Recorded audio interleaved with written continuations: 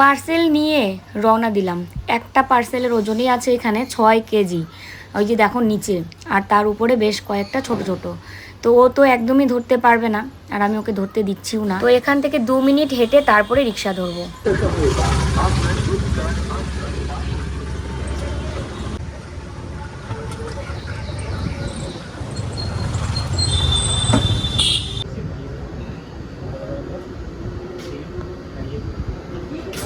তোমাদেরকে শুভ সকালই জানালাম না। শুভ সকাল, আশা করি সকলে ভালো আছো, সুস্থ আছো। আমরাও কিন্তু ভালো আছি। তো এখান থেকে নিয়ে নিচ্ছি আলু আর তার সাথে আদা। আমি যখন গিয়ে পার্সেল জমা দিচ্ছি তখনই ও মেসেজ করে পাঠিয়েছে আলু আদা। তো এটা দেখে আমার মোটামুটি একটু হাসি পাচ্ছিল। হঠাৎ করে একটা মেসেজ আসলো, শুধু লিখেছে আলু আদা। তো এটা নিয়ে এখন এই যে বাড়ির পথে রওনা দিলাম, মানে চলে এসেছি ফ্ল্যাটে। তো চলো ঘরে গিয়ে তারপরে তোমাদের সাথে কথা হচ্ছে। তো বাইরে থেকে এসে ব্যবস্থা করতে পারছি না কোনোভাবে। মানে কি ব্যবস্থা বলো তো, আমি বললামই না তোমাদের বলেছিলাম যে আমি যাব বাসে মিকিকে নিয়ে, আর মা আরও যাবে ট্রেনে। তো আমি যে বাসে যাব, বাসের যে লোক আর কি আমাদের সাথে, ওনার সাথে কথা হয়। কতবার গেলাম তোমরা তো জানোই। তো মা এদিকে পুজো দিচ্ছে, কতবার গেলাম তোমরা তো জানোই। তো এবার ওনাকে আমরা 3 দিন যাবৎ ফোন করছি, আমাদের ফোন তুলছে না, না কল্লোলের ফোন না আমার ফোন, কারণ আমাদের ফোন নাম্বারটা ওনার কাছে সেভ করা। আর একটা বোনকে দিয়ে, মানে বোনের হাজব্যান্ডকে দিয়ে ফোন করিয়েছিলাম যে একটু ফোন করে দেখো তো দাদা ফোন রিসিভ করে কিনা। বলবে যে আমাদের সাথে এরকম ডগ আছে, মানে দাদার কথাই বললাম যে দাদা যেন বলে একটা ডগ আছে এবং আমি কলকাতার থেকে কোচবিহার যাব। তো আমরা কিন্তু ডগের জন্য এক্সট্রা করে ভাড়াও দিই এবং ওর জন্য আলাদা করে বেডশিটও নিয়ে যাই। ওনার কোনো বাসে কোনো কিচ্ছু হয় না, এক্সট্রা টিকিট কাটি, মানে মানুষের যে ভাড়াটা সেটা পুরোটাই দিয়ে একটা টিকিট কেটে ওই সিটটা আমরা বুক করি মিকির জন্য। মানে আমরা তো 3 জন, কিন্তু আমরা 4টা টিকিট কাটি। তো আমাদের 2 জন আমরা তো উপরে থাকতাম, মিকি আমাদের সাথেই থাকতো, আর একটা সিট এক্সট্রা যেটা কাটি সেটার মধ্যে, সেই দুটোর মধ্যে মা বসে যায়। তো মা তো উপরে উঠতেও পারবে না, এতটা উঁচু। যাই হোক, যেভাবেই হোক একবার ম্যানেজ করে কিন্তু আমরা যেতাম। তো এইবার কি চিন্তা হয়েছিল যে যেহেতু কল্লোল অসুস্থ আর বাসের জার্নিটা অনেকটা মানে সমস্যা হবে, তো মাকে আর ওকে বললাম যে তোমরা 2 জন ট্রেনে চলে যাও, আর মিকি আর আমি চলে যাব বাসে। এবার একটা মানুষ যখন ফোন না তুলে, তাহলে বুঝতে পারছো যে তার কোনো রকম ইচ্ছে নেই আমরা যেন যাই। তো এবার বোনের হাজব্যান্ড কিন্তু ফোন করেছিল, ফোন করে জিজ্ঞেস করলো, প্রথমবার রিসিভ করেনি, পরে আবার যখন দিয়েছে তখন রিসিভ করেছে, কারণ একটু আগে আমরা ফোন করেছিলাম। তো হয়তো ভেবেছে যে আমরা হয়তো অন্য নাম্বার থেকে ট্রাই করছি। তো যদিও মানুষগুলো আমরা না হলেও আমাদের জন্যই কিন্তু ওই দাদা ফোন করেছিল। তো তারপরে বললো যে আমার সাথে এরকম একটা ডগ আছে, আমরা কলকাতা থেকে কোচবিহার যাব। তো যাওয়া কি যাবে? বলছে এখন তো হবে না, আমি পরে আপনাকে জানাচ্ছি। মানে এখন হবে না, পরে জানাচ্ছি, মানে আমি জানি না এটা কি হবে। আর বোঝা যাচ্ছে যে যাওয়া যাবে না। তো এইবার কি হবে? এবার আমরা মেক মাই ট্রিপে দেখলাম যে এমনিতে সিট অ্যাভেলেবেল আছে, কিন্তু মিকিকে নিয়ে যাওয়ার জন্য সেরকম কোনো ব্যবস্থা করতে পারছি না। তো অন্যথায় তাহলে কি করতে হবে, মিকিকে কোনো ভালো কেসে রেখে আমাদের 3 জনকে যেতে হবে, যেটা আমি একদম বিপক্ষে। যে আমার একদম কোনো রকম ইচ্ছেই করছে না ওকে রেখে যেতে, যেভাবেই হোক। আনন্দ মাটি ওর বাড়িও যাবে না, এটা তো ওরও বাড়ি, ওর বাড়ি আমাদের ফ্যামিলি মেম্বার একদম। আমরা যেভাবে থাকি ওকেও সেভাবেই রাখি, তোমরা তো দেখোই। তো ওকে রেখে যাওয়া মানে আমার গোটা পৃথিবী অন্ধকার এরকম মনে হচ্ছে আমার কাছে। তো এবার ওকে নিয়ে যেতে গেলে আমাকে কি ব্যবস্থা করতে হবে, অন্য কোনো বাস বা যেভাবেই হোক। এবার তোমরা অনেকেই বলবে যে ট্রেন ফার্স্ট এসি, ফার্স্ট এসিতে এখন ভিআইপি যারা তাদের জন্য ফার্স্ট এসিটা বর্তমান ইয়ে থাকবেই। তারপরেও ফার্স্ট এসি কেটে যদি যাওয়া যেত তাহলে তো আমি কাটতাম, কিন্তু এইভাবেও হবে না, শিওর হবে না। ফার্স্ট এসি কাটার পর যেখানে এখানে যে রেলের মেইন অফিস আছে কলকাতার অনেকটাই ভিতরে, এখান থেকে 1 ঘন্টা লাগে যেতে, সেখানে আমি আর ও কিন্তু একবার দৌড়াদৌড়ি করে অ্যাপ্লিকেশন দিয়ে সেটাকে করেছিলাম। হ্যাঁ, তো এই যে ভিআইপিদের জন্য ফার্স্ট এসি থাকলে আমাদেরকে দেবে না, সেটা আগেই বলেছিল। তো এবার আমাদেরকে নিশ্চয়ই সিট দেবে না, ট্রেনের সিট হবে না, সেই ক্ষেত্রে ফার্স্ট এসি কাটলেও হবে না, ওর জন্য অ্যাপ্লিকেশন করতে হবে। তারপরে ও মানে ওখান থেকে বলবে যে হ্যাঁ ডগ নিয়ে যেতে পারবেন, তখনই যাওয়া যাবে। তো এই দৌড়াদৌড়ি করা বর্তমান সমস্যা, মানে সম্ভব না। হ্যাঁ 10, মানে তুমি যদি না হয়, যদি ধরো তোমাকে অ্যালাউ করলো না যে মিকিকে নিয়ে যাওয়া, তাহলে তোমাদের 2 জনকেই যেতে হবে এবং আর নয়তো টাকা রিফান্ড হবে না। তো বুঝতে পারছো কি পরিমাণে সমস্যায় পড়েছি। হ্যাঁ, আর 4 ঘন্টা আগে মাত্র খবর দেবে যে মিকিকে নিয়ে যেতে পারবো কিনা।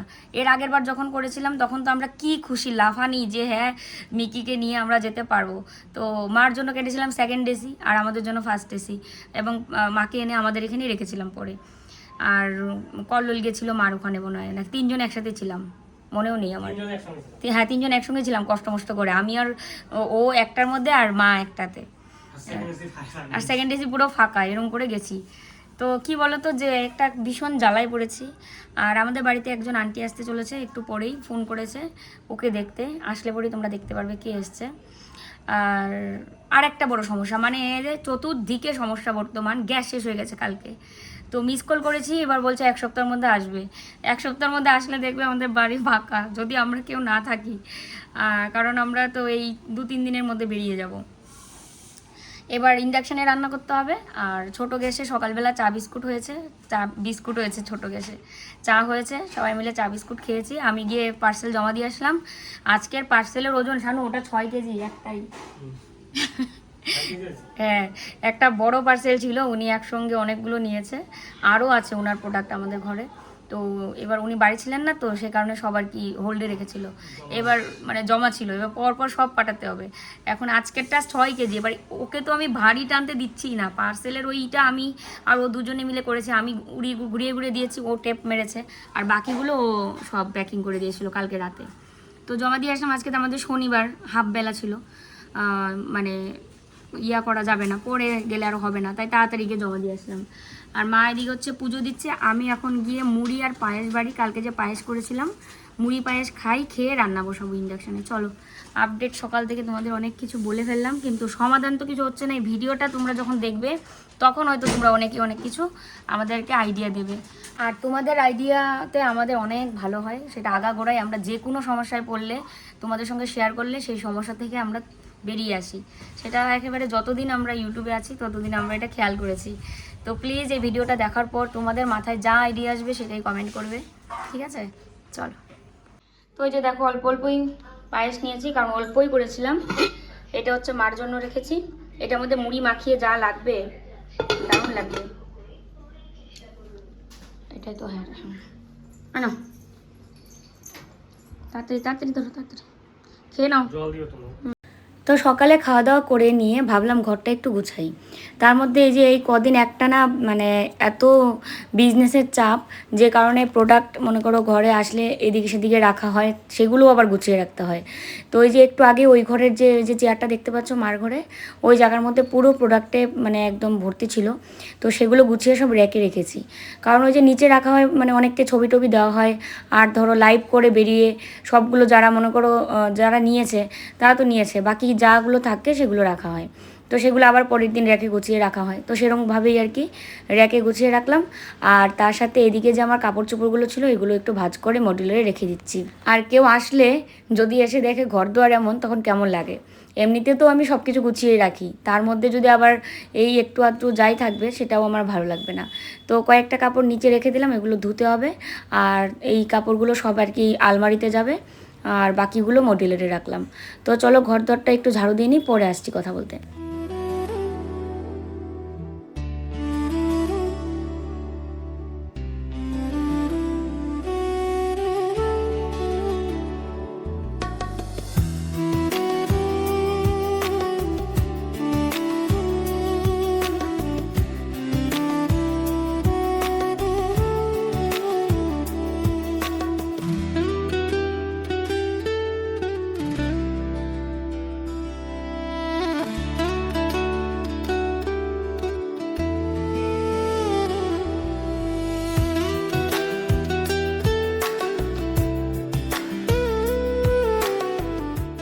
একটু আগে বলছিলাম যে একজন আন্টি আসবে, এই যে তো আন্টি তো এর আগে আমার বাবা যখন অসুস্থ ছিল আইসিইউতে ভর্তি ছিল, আন্টি এসেছিল, গীতা আন্টি এসেছিল।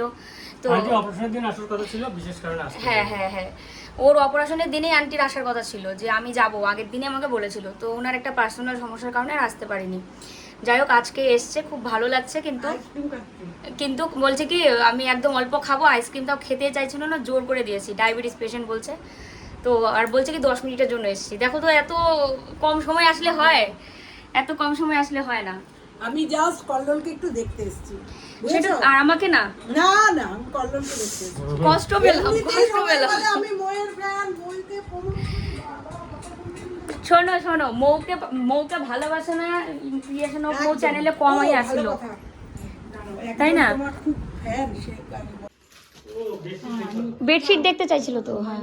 আর ইসেই দেখবো, ও তোমাকে ই দিতে হবে। তো এই যে আন্টি চলে যাচ্ছে, মানে 10 মিনিটও হয়নি, আবার আসবে সময় করে। টাটা। আঙ্কেলকে বসিয়ে রেখে এসছে গাড়িতে, আঙ্কেল আসেনি। এবার আন্টি এসে মানে তাড়াহুড়ো করে কিছুক্ষণ শুধু বসলো, বেশ বসে এখন এই যে মাত্র গেল, ও এগিয়ে দিতে গেল, গাড়ি এখানেই আমাদের ফ্ল্যাট থেকে বেরিয়ে। তো যাই হোক, চলো আমি এখন রান্না করব, গ্যাসটা শেষ হয়ে গন্ডগোলটা হয়েছে। তো দেখো, মা স্নান করে পুজো দিয়ে গেছিলো ছাদে, আর এই ছাদ থেকে আসার পর এই যে এখানে বললাম পায়েস ছিল, হাঁড়ির থেকে পায়েস পুরো মুড়ি দিয়ে মাখিয়ে খুব সুন্দর করে নিয়েছে, খাবে।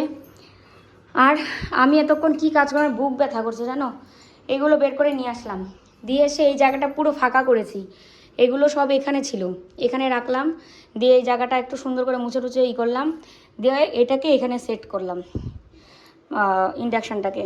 তাহলে জানলার পাশে এখানেই রান্না করব, ইন্ডাকশানের মধ্যে তো এই কয়দিন রান্না হবে। আর জানালাটার একদম কাছে রেখেছি যেন রান্না করলে ধোয়া টোয়া সব বাইরে বেরিয়ে যায়। তো প্রথমে মাছ টাছ এগুলো ভাজি, আবার ভিডিওটাও আজকে এডিট করতে হবে। এই যে এখানে মাছ, আর আমি আর ও আইসক্রিম খেয়েছি, এটা মার জন্য রাখলাম, ঘুটুনও খেয়েছে। চলো রান্না বসিয়ে দিই। ইন্ডাকশান কেনার পর সেরকমভাবে ইন্ডাকশানে কোনো রান্নাই কিন্তু করিনি, তো আজকে প্রথমবার রান্না করতে চলেছি ইন্ডাকশানে। আর নতুন কড়াই তো না, ডেকচি, আর তার সাথে হচ্ছে প্রেস্টিজের কড়াই ননস্টিকের, তো একদম নতুন, তো তাই একটু ভিমবার দিয়ে ধুয়ে তারপরে রান্নাটা বসাবো। আর যে কদিন গ্যাস আসবে না সে কদিন তো ইন্ডাকশানই রান্না করতে হবে। তো এবার এইগুলো নিচেই থাকবে, আর নয়তো এগুলো আমি যে কিনে এনে তুলে রেখেছিলাম এগুলো বারই করিনি, বার করে যে কোনো সময় একটু রান্না করে দেখবো সেটাও করিনি। মানে এটা তো একটা এক্সট্রা কাজ, বাকি কাজগুলো করেই তো পারছি না। গত 15-16 দিন যাবৎ কী পরিমাণে চাপ যাচ্ছে আমার উপর। আর অনেকেই তোমরা কমেন্টে লিখেছো যে শাশুড়ি মাকে তো বলতে পারো রান্না করতে, উনি তো বেশ রান্না করে। একটা কথা কি জানো তো, যে মানে উনিও যে করবে যে আমি সবটা ওনাকে দিয়ে করাবো সেটা আমার মনও চায় না। আর ওনার যেটা ইচ্ছে করে সেটা করে, ওই বলে বলে করানো আমার না ভালো লাগে না, যেটা সত্যি কথা। ওই বারবার বলবো যে এটা করো ওটা করো, আমার যেন কেমন লাগে, মনে হয় আমি তো পারছি, আমি করে ফেলি। আর রান্নার ব্যাপারটা হচ্ছে কি, কল্লোল বলে সবসময় যে মানে মা রান্না করলে একটু তেল মশলা দেয়, যেটা সত্যি কথা, একটু তেল মশলা দেয়, আমিও দিই, কিন্তু এখন তো বর্তমান আমি মানে মশলা আগাগোড়াই আমি অত দিই না। তেলটা হয়তো তোমাদের যারা আর কি আরও কম দিয়ে রান্না করতে পারো, তো হয়তো তোমাদের থেকে একটু বেশি দিতে পারি, কিন্তু আমি যেটা মনে করি অতটাও তেল দিই না, যেটা কল্লোলের খেতে এতটা সমস্যা হয় না। তো এতদিন তো এটা বলেনি, কিন্তু এখন যেহেতু ওর অপারেশন হয়েছে তাই মাঝে মাঝে মা তো রান্না করতোই, আর বেশিরভাগ দিনই তো আমি রান্না করি। তো এই জন্য বলছিল যেহেতু এখন আর কি একটু সমস্যা, তাই এই কদিন একটু তুমি মানে আমার জন্য এক্সট্রাভাবে রান্না করছো, ওইটাই করো। আর সবার জন্য আবার বলবো যে আমি কল্লোলেরটা রান্না করবো, আমাদেরটা মা রান্না করবে, সেটা আর হয় না। রান্না বসিয়ে দিই যখন, তখন সবার জন্যই রান্না করে ফেলি।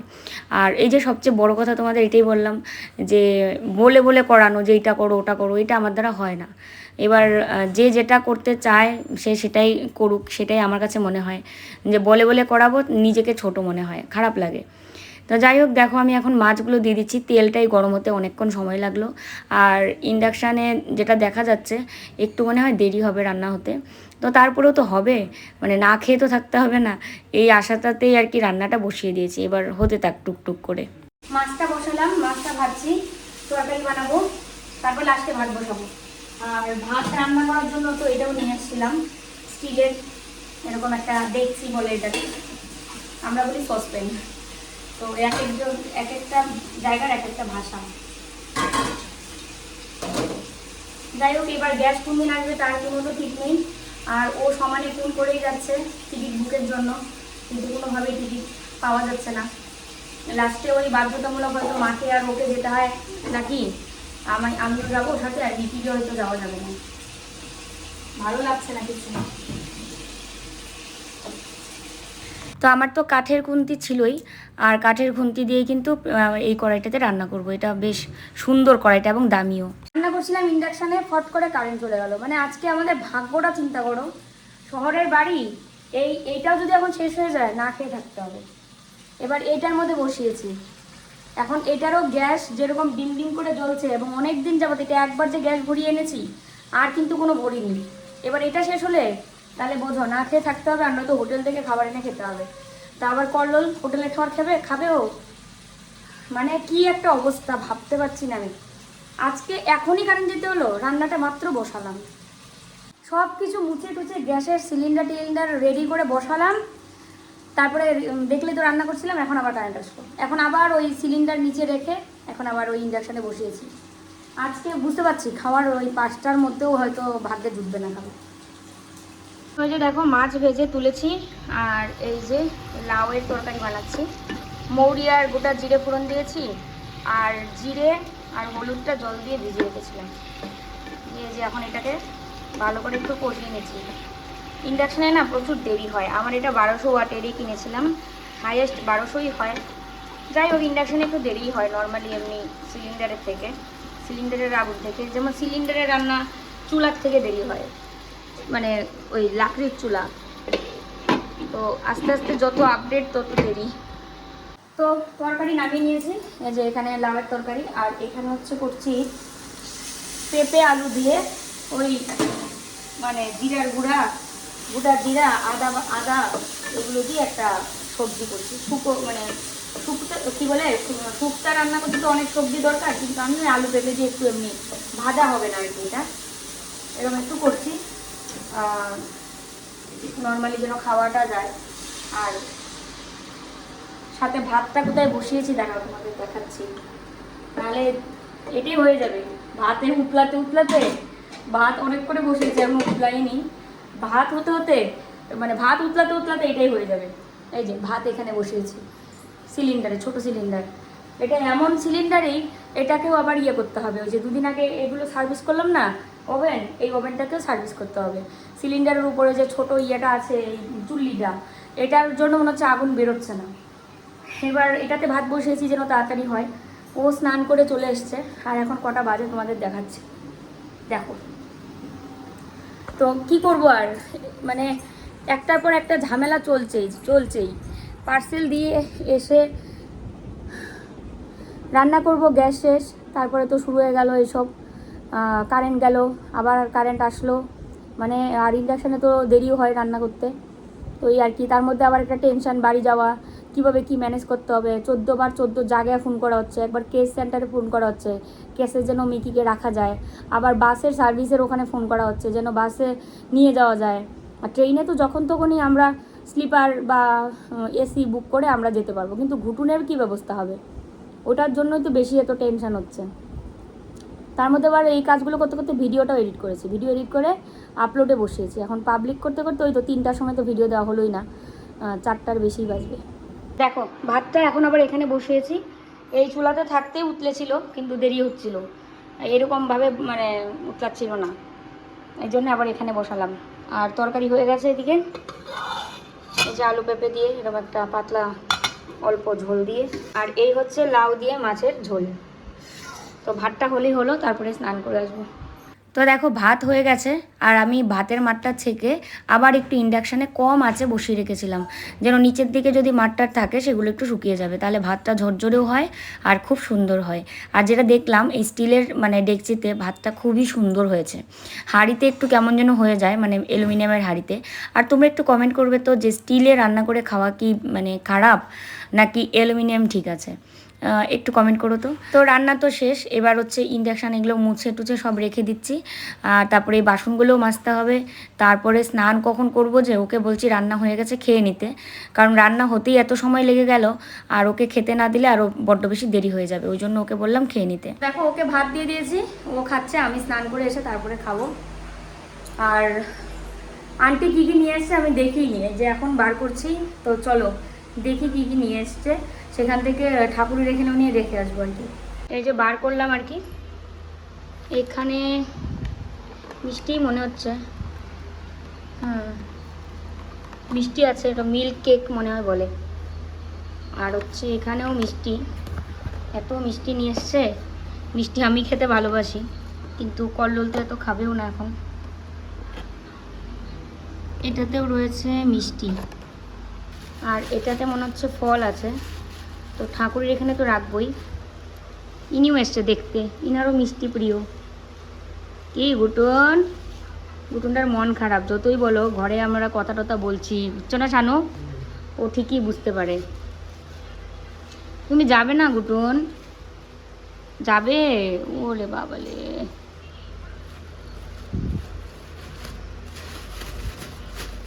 এই দেখো কত ফল নিয়ে এসছে। এখানে হচ্ছে আঙুর, আর এই হচ্ছে আপেল আর আনার।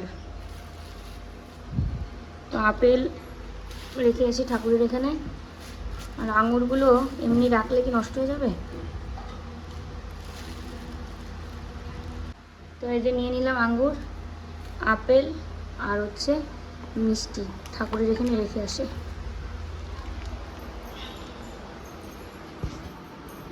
ভাত খাবে না? ভাত খাও।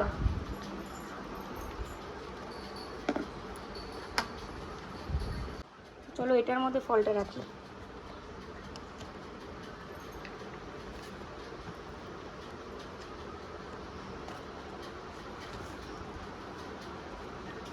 তো দেখতে দেখতে সন্ধ্যা তো হয়েই গেল, আর ভাত খেয়েছি সন্ধ্যার ঠিক আগে, 5 মিনিট আগে। 5 মিনিট বলতেও 5টা 50 এরকম। আজকে এত লেট হলো আমার। সবাই খেয়ে নিয়েছিল, কল্লোলকে তো ওই যে ভাত দিয়ে তারপরে আমি স্নানে গেলাম, তারপরে মাও খেয়ে নিয়েছে, মিকিকেও তো দিয়েছে, আমি তারপরে লাস্টে খেয়েছি। কারণ আমার আরও মানে মোবাইলে কাজ ছিল, আর একটা টাইম থাকে। যদিও আমার এটা আজকে খুব ভুল হলো, খেয়ে নিয়েও করতে পারতাম, আর কি করা যাবে। তো এখন আমরা যাচ্ছি হচ্ছে মহাজনের দোকানে, দেখি গিয়ে কিছু আনা যায় নাকি। আর অনলাইনেও নিয়েছি আবার, সেগুলো আসছে 1 ঘন্টার মধ্যে, আধা ঘন্টার মধ্যে চলে আসবে। তারপরে এগুলো নিয়ে এগুলো আবার মিলাতে হবে। তারপরে আবার রাত্রি 9টায় লাইভ আছে, তো কমিউনিটি পোস্টও দিলাম 9টায় লাইভ। কি বলো তো, মনটা ভালো লাগছে না। বাড়ি যাওয়ার জন্য কতটা আশা হয়েছিলাম, বাড়ি যাব, কিন্তু কোনোভাবে ম্যানেজ করতে পারছি না। আজকে সারা ভিডিওতে মনে হয় এটা নিয়ে প্রচুর কথা বলছি, কারণ এইটাই আমাদের মনে চলছে। বাড়ি যাওয়ার জন্য কোনোভাবে কিচ্ছু ম্যানেজ হচ্ছে না। কি করব যে, মানে এখনও ধোঁয়াশা পুরো। তো এই যে মালটা এসছে, এটা অনলাইনে এসছে। ঘটন, এটাকে এখন খুলতে হবে, মিলাতে হবে, তারপরে লাইভ আছে। শানু, কই তুমি? আসো, তুমি তো উঠলাই না, আমি দেখতেছি কিন্তু। 9টা বাজতে আর 15 মিনিট, 15 মিনিটে রেডি করতে হবে না সব?